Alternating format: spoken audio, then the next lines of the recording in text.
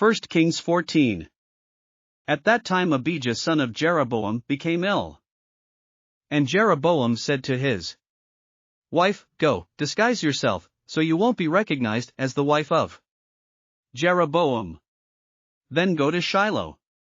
Ahijah the prophet is there, the one who told me I would be king over this people. Take 10 loaves of bread with you, some cakes and a jar of honey, and go to him. He will tell you what will happen to the boy." So Jeroboam's wife did what he said and went to Ahijah's house in Shiloh. Now Ahijah could not see, his sight was gone because of his age. But the Lord had told Ahijah, "Jeroboam's wife is coming to ask you about her son, for he is ill, and you are to give her such and such an answer. When she arrives, she will pretend to be someone else." So when Ahijah heard the sound of her footsteps at the door, he said, "Come in, wife of Jeroboam. Why this pretense? I have been sent to you with bad news.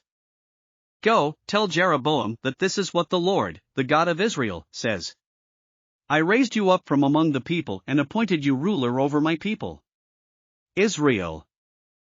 I tore the kingdom away from the house of David and gave it to you.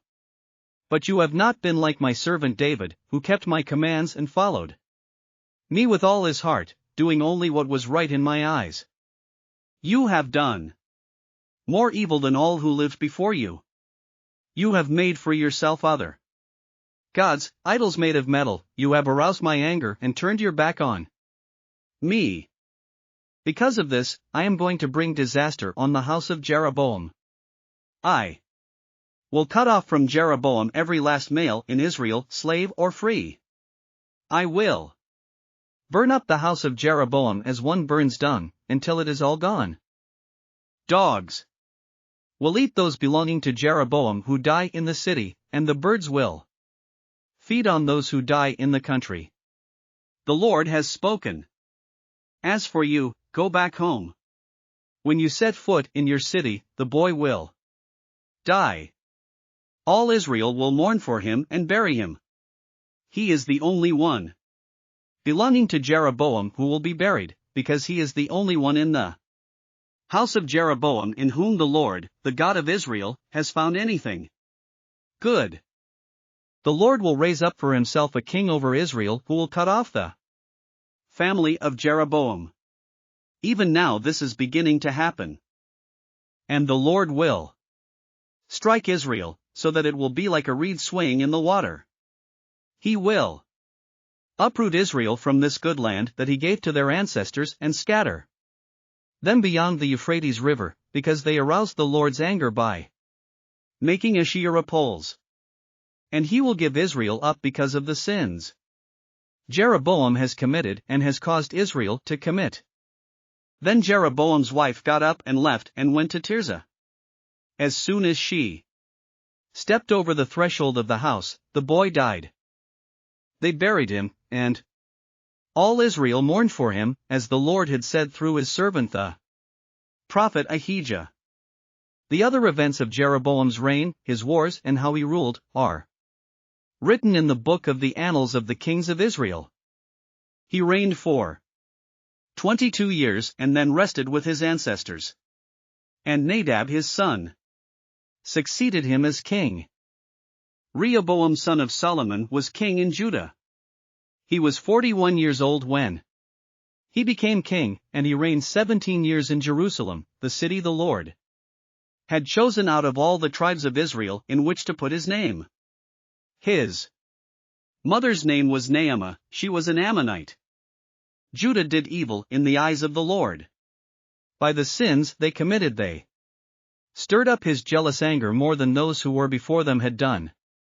They also set up for themselves high places, sacred stones and Asherah poles on every high hill and under every spreading tree. There were even male shrine prostitutes in the land. The people engaged in all the detestable practices of the nations the Lord had driven out before the Israelites. In the 5th year of King Rehoboam, Shishak king of Egypt attacked Jerusalem. He carried off the treasures of the temple of the Lord and the treasures of the royal palace. He took everything, including all the gold. Shields Solomon had made. So King Rehoboam made bronze shields to replace them and assigned these to the commanders of the guard on duty at the entrance to the royal palace. Whenever the king went to the Lord's temple, the guards bore the shields, and afterward they returned them to the guardroom. As for the other events of Rehoboam's reign, and all he did, are they not written in the book of the annals of the kings of Judah? There was continual warfare between Rehoboam and Jeroboam. And Rehoboam rested with his ancestors and was buried with them in the city of David. His mother's name was Naamah, she was an Ammonite. And Abijah his son succeeded him as king. Thanks for listening to another chapter of the Bible.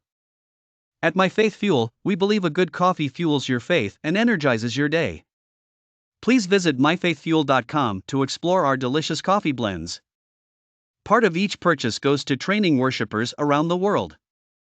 Thanks for listening.